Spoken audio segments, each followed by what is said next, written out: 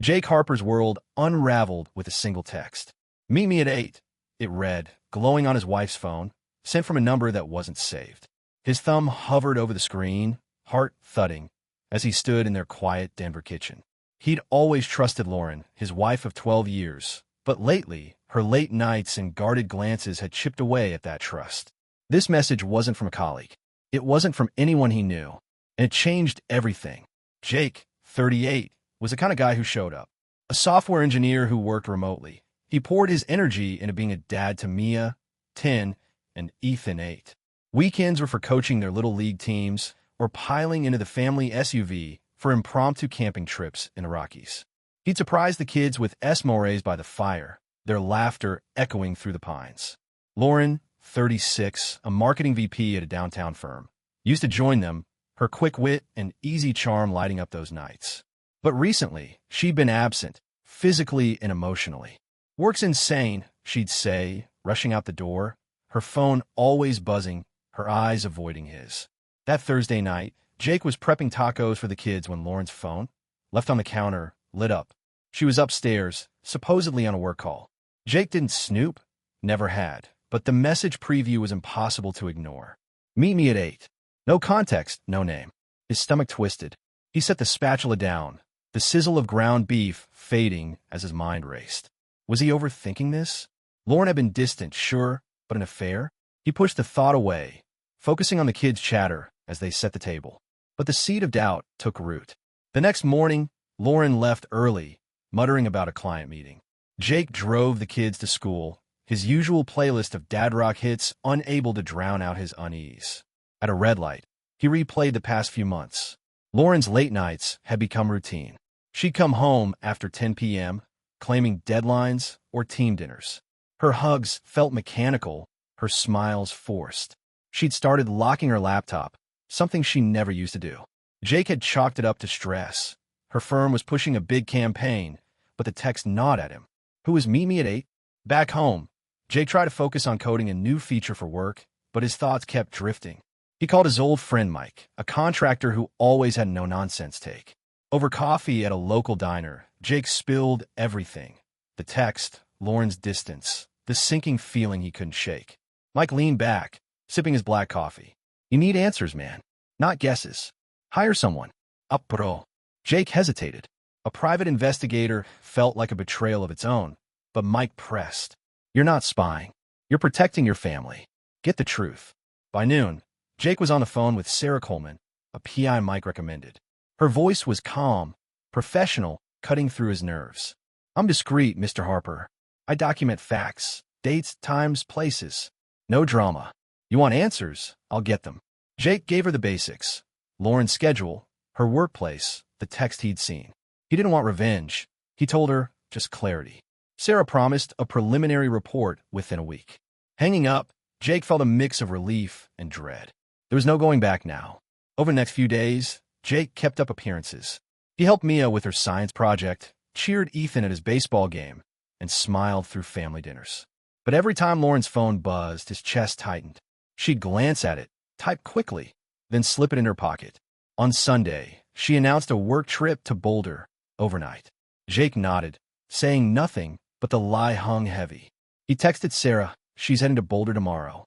Can you follow?" Sarah replied instantly, "On it." Monday night, Jake tucked the kids into bed, reading Ethan an extra chapter of his favorite sci-fi book to keep his own mind from spiraling. His phone pinged at 11 p.m. A secure email from Sarah. Preliminary findings. Call me before opening. Jake's hands shook as he dialed her. "It's not good," Sarah said, her tone steady but grim. "I tracked Lauren to Boulder. She didn't meet clients. She was with Greg Turner, her boss. I've got photos, audio, timestamps. It's on the drive I'm sending tomorrow.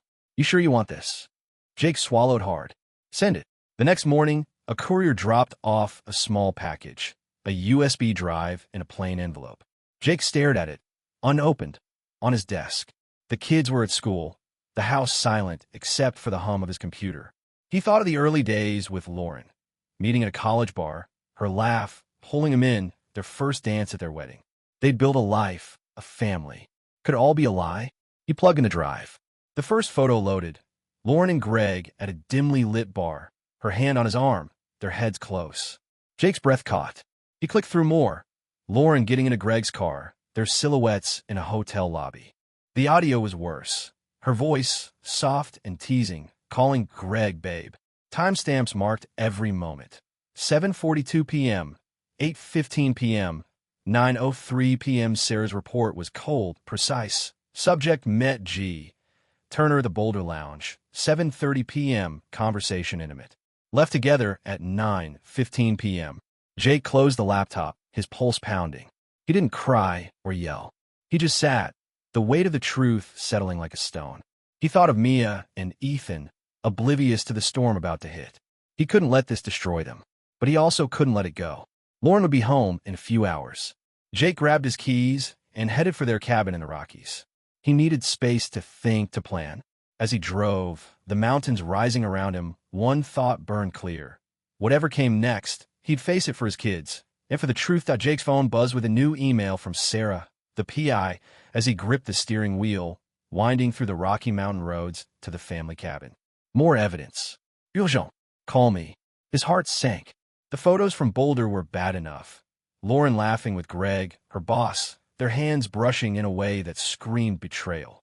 But urgent? That word hit like a warning shot. Jake pulled over, the gravel crunching under his tires, and dialed Sarah. What he heard next turned his shock into a fire he couldn't ignore. Sarah's voice was all business, cutting through the static of the mountain air. Jake, I followed Lauren again last night. She didn't go home after work. She met Greg at a motel off I-25. I've got video, timestamps, even a text log from a burner phone she's using. It's all on a new drive, couriered to the cabin by noon. Jake's knuckles whitened on the phone. A burner phone? The Lauren he knew, his wife, the mother of Mia and Ethan, wouldn't do this. But the evidence didn't lie. How long, he asked, voice tight. Sarah paused. At least 3 months, maybe more. I am digging deeper. You want me to keep going? Jake didn't hesitate. Yes, everything. He reached the cabin just as the courier arrived, a nondescript van kicking up dust. The new USB drive felt heavier than the last, loaded with truths he wasn't sure he could face. Alone, with only the hum of the forest outside, Jake plugged it into his laptop. The video was grainy but unmistakable. Lauren and Greg slipping into a motel room at 9:47 p.m. The text log was worse. Messages from the burner phone to Greg's number. Flirty, explicit, planning meetups. One read, can't wait to see you. Jake's clueless. That line burned. Clueless. He'd trusted her, built a life with her, and she played him for a fool.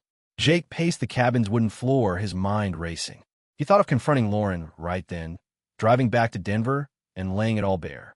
But the kids, Mia and Ethan, stopped him cold. They were at school, unaware their world was cracking. He couldn't let his anger spill onto them. Instead, he called his friend Mike, who'd pushed him to hire Sarah. It's worse than I thought, Jake said, voice low. Mike didn't sugarcoat it. You've got proof now. What's your move? You can't just sit on this. Jake didn't have an answer yet, but Mike's words stuck. Protect your kids, but don't let her walk over you. Sarah's next report came faster than expected, emailed that evening. She tapped into Lauren's work calendar and cross-referenced it with Greg's. Their meetings overlapped with late-night outings, none tied to actual clients. Sarah had even tailed Greg to a bar where he bragged to a colleague about keeping things discreet with Lauren. The colleague's name was in the report, Tom Reed, a junior exec. Jake's jaw clenched.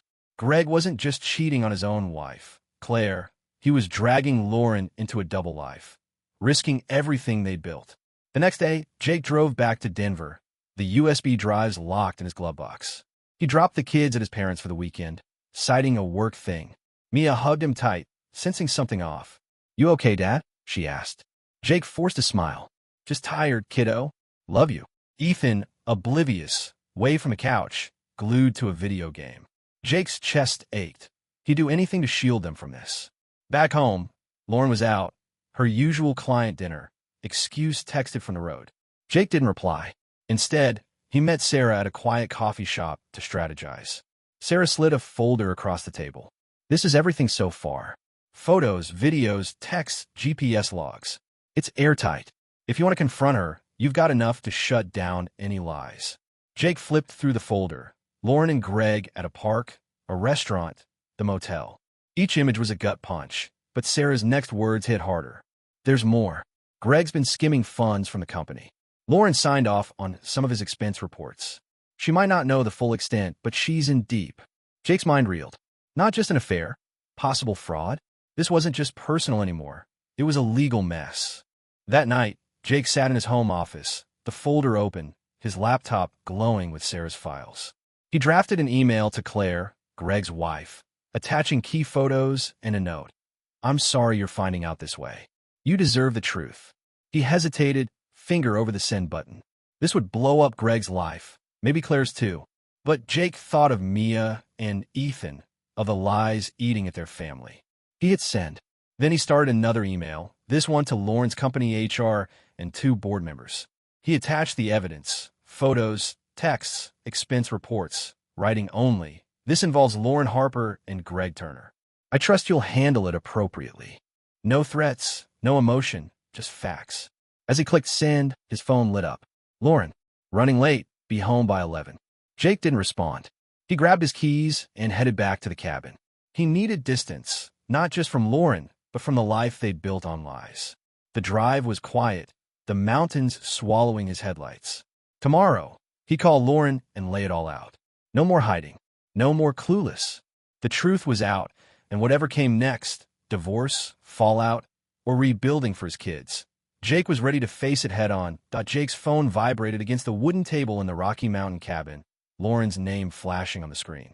It was 7 a.m., hours after he'd sent the emails to Greg's wife and Lauren's company HR, exposing their affair and shady expense reports. He'd driven to the cabin to clear his head, but now, with the truth out in the open, there was no turning back. He answered, his voice steady despite the storm inside. We need to talk, Lauren. Now. Her sharp intake of breath told him she knew something was wrong, very wrong. Lauren's voice cracked through the line, rushed and defensive. Jake, what's going on? I got a call from HR. They're freaking out. What did you do? Jake didn't flinch. I know about you and Greg. I got photos, texts, videos, everything. 3 months, maybe more. You've been lying to me, to the kids. It's over. Silence stretched, heavy, and tense. Lauren stammered. You don't understand. It's not what you think. Jake cut her off. Don't. I hired a PI. It's all documented. I sent it to Claire, Greg's wife, and to your company. No more lies. Lauren's breathing hitched, but she didn't speak. Jake hung up, his hands shaking, but his resolve ironclad. Back in Denver, Lauren's world was collapsing. She'd been summoned to an emergency meeting at the firm, her phone buzzing with a text from Greg. HR knows. Don't say anything. She ignored it, her mind racing as she drove to the office.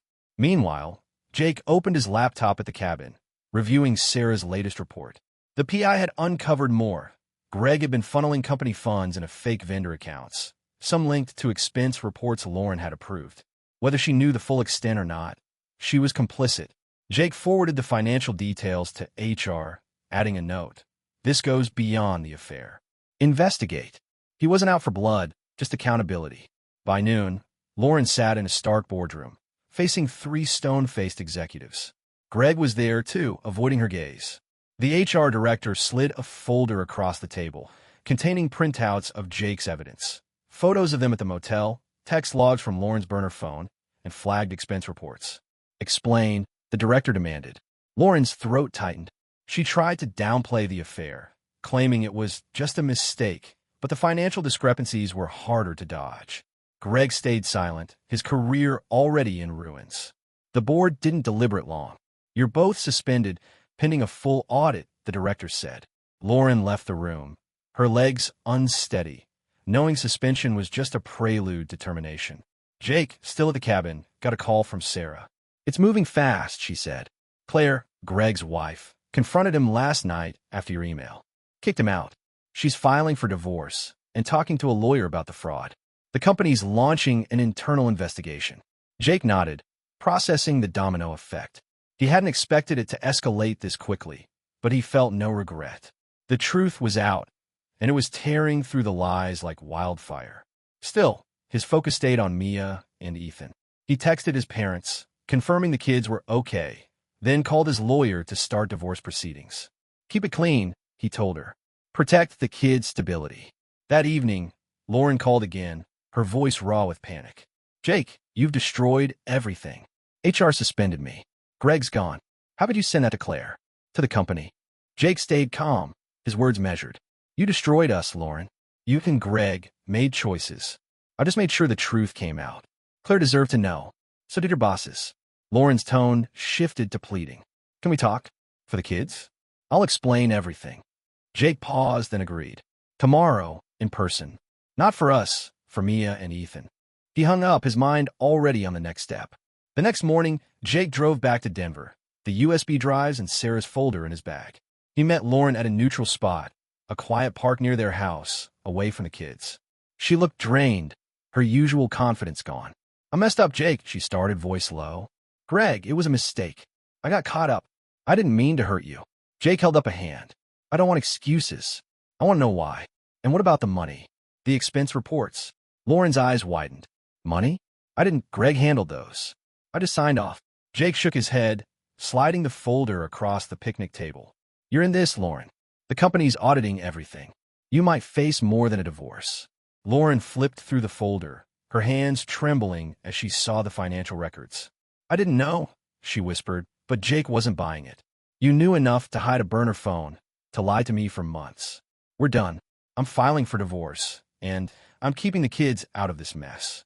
Lauren's eyes filled with tears, but Jake stood firm. I sent the evidence because people deserve the truth. You and Greg don't get to walk away clean. He stood, leaving the folder with her. We'll talk custody later. Don't call me tonight. As Jake drove away, his phone pinged with a text from Sarah. Company's escalating. Cops might get involved. Stay sharp. Jake's grip tightened on the wheel. The affair was one thing, but fraud could mean legal trouble for Lauren. He didn't want her in jail, not for the kids' sake, but she'd face whatever came. Back at the cabin, he sat alone, the weight of his decisions settling. He'd exposed the truth, not for revenge, but for justice. For Mia and Ethan. For himself. The confrontation was over, but the fallout was just beginning. Lauren's life imploded in a single day. Hours after Jake's confrontation in the park, her phone lit up with a termination notice from the firm. Effective immediately, your employment is terminated due to ethical violations and financial misconduct. Greg was fired too, his name already erased from the company website. Back at their Denver home, Lauren stared at the email, her hands shaking, as the reality sank in. No job, no marriage, and now whispers of a police investigation. Jake, meanwhile, was at the cabin, shielding Mia and Ethan from the chaos. But the storm was far from over.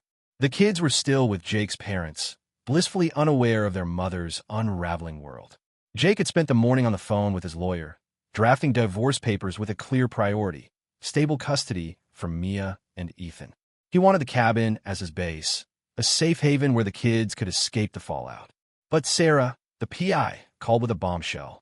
The company's audit turned up more, she said, her voice clipped.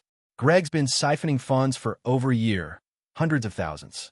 Lauren's signatures are on key documents. The police are involved now. She could face charges. Jake's stomach dropped.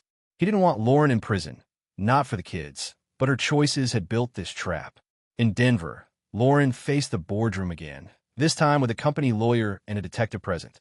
The detective, a no-nonsense woman named Ortiz, laid out the evidence: falsified expense reports, payments to non-existent vendors, and Lauren's approvals tying her to Greg's scheme. Did you know? Ortiz asked, her pen poised. Lauren's voice wavered. I signed what Greg gave me. I trusted him. I didn't know about the fraud. The lawyer's silence was damning. Greg, in a separate meeting, threw Lauren under the bus, claiming she was fully aware to save himself. The detective wasn't convinced, but noted Lauren's cooperation. Don't leave town, Ortiz warned. Lauren left the building, her career in ashes, her future uncertain. Meanwhile, Claire, Greg's wife, wasn't sitting idle. After Jake's email, she'd hired her own lawyer and filed for divorce, citing infidelity and financial betrayal. She also tipped off the police about Greg's shady accounts. Sharing bank records Jake's evidence had prompted her to check. By evening, Greg was arrested for embezzlement, his mugshot hitting local news sites. Lauren saw it on her phone and felt a chill. Her own name could be next. She called Jake, desperate, her voice breaking. They're saying I might be arrested. Jake, I didn't know about the money. You have to believe me. Jake listened, his jaw tight. This isn't about what I believe. It's about what you did. You lied to us, Lauren. You signed those papers. He paused, softening slightly. For the kids' sake, cooperate with the police. Don't make this worse. Jake hung up and drove to his parents' house to see Mia and Ethan. He knelt in their driveway, explaining the separation in simple terms. Mom and I aren't going to live together anymore, but we both love you. I'll always be here, games, camping, everything. Mia's eyes welled up. Why, Dad? Jake hugged her. Sometimes grown-ups make mistakes. It's not your fault. Ethan clung to his hand, quiet but scared. Jake promised to take them to the cabin soon, to keep their world steady. Inside, his heart ached, but he stayed strong for them. Back in Denver, Lauren faced her own reckoning. Her sister, Emily, came over, urging her to get a lawyer. You need to fight this, Lauren. Protect yourself for the kids. Lauren nodded, numb, and hired a defense attorney the next day. The attorney reviewed Sarah's evidence and the company's audit, advising her to plead ignorance on the fraud, but accept responsibility for the affair. It's your best shot to avoid charges, he said. Lauren agreed, signing a statement admitting her role in approving expenses without due diligence. It was a gamble. She might dodge criminal charges, but would carry the professional stain forever. By the weekend, Jake brought Mia and Ethan to the cabin, setting up a routine to ground them. They hiked trails, grilled burgers, and played board games, laughter cutting through the tension. Jake's phone stayed quiet until Sunday night, when Lauren texted, "Police cleared me of fraud. I was negligent, not criminal. Can we talk about the kids?" Jake replied, "Tomorrow. Neutral ground." He was relieved she wouldn't face jail. Custody would be simpler, but trust was gone. He focused on Mia and Ethan, reading them bedtime stories, their giggles a reminder of what he was fighting for. The next day, Jake met Lauren at a coffee shop. She looked worn, her usual poise replaced by raw honesty. "I've lost everything, my job, my reputation. I am sorry, Jake. I got caught up with Greg, and it spiraled. I'll do anything for the kids." Jake nodded, his voice firm. "We'll work out custody, but this is about them, not us. You face your consequences. I'll handle mine." Lauren agreed, signing preliminary custody papers, giving Jake primary custody and her regular visitation. It was a start, but the wounds were fresh and the legal fallout loomed. As Jake drove back to the cabin, Sarah called with an update. Greg's facing trial. Lauren's in the clear, but the company's suing her for negligence. It's a civil case, not criminal. Jake exhaled, the pieces falling into place. Lauren would pay a price, but the kids wouldn't lose their mom to prison. The affair had shattered their family, but Jake's actions, exposing the truth, had forced accountability without vengeance. Now, he'd rebuild, one steady step at a time, for Mia and Ethan. Jake Harper woke to a text from Lauren that could have pulled him back into the chaos. "Can we try again? For the kids?" It was 6 months after he'd exposed her affair with Greg and the financial mess at her firm. From his Rocky Mountain cabin, now a haven for him and his kids, Mia and Ethan, Jake stared at the message. The divorce was final, the fallout settled, but Lauren's plea stirred old wounds. He didn't reply, not yet. His focus was on rebuilding, not revisiting a broken past. But the choice wasn't simple, and the path forward demanded clarity.